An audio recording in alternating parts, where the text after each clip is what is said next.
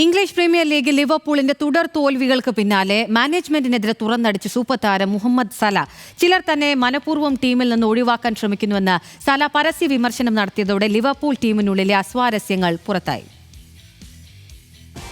തുടർച്ചയായ മത്സരങ്ങളിൽ പുറത്തിരുത്തിയതോടെയാണ് ക്ലബിനെതിരെ Egyptian super താരം മുഹമ്മദ് സല തുറന്ന പോരാട്ടത്തിന് തിരികൊളുത്തിയത്. ടീമിന്റെ പരാജയങ്ങളിൽ മാനേജ്മെന്റ് തന്നെ ബലിയാടാക്കുകയാണെന്നും ഒഴിവാക്കാൻ ചിലർ ശ്രമിക്കുന്നുവെന്നും സൂപ്പർ താരം തുറന്നടിച്ചു. തന്റെ കരിയറിൽ ആദ്യമായിട്ടാണ് 90 മിനിറ്റും കളിക്കാതിരിക്കുന്നത്. ക്ലബിനായി താൻ വളരെയധികം സംഭാവനകൾ നൽകിയിട്ടുണ്ട്.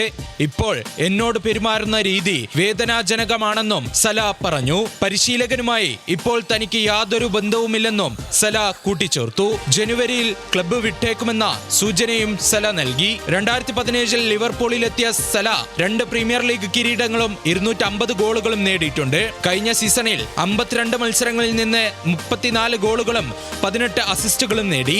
ഈ സീസണിൽ ഇതുവരെ 19 മത്സരങ്ങളിൽ നിന്ന് 5 ഗോളുകളും 3 അസിസ്റ്റുമാണ് സലയുടെ നേട്ടം.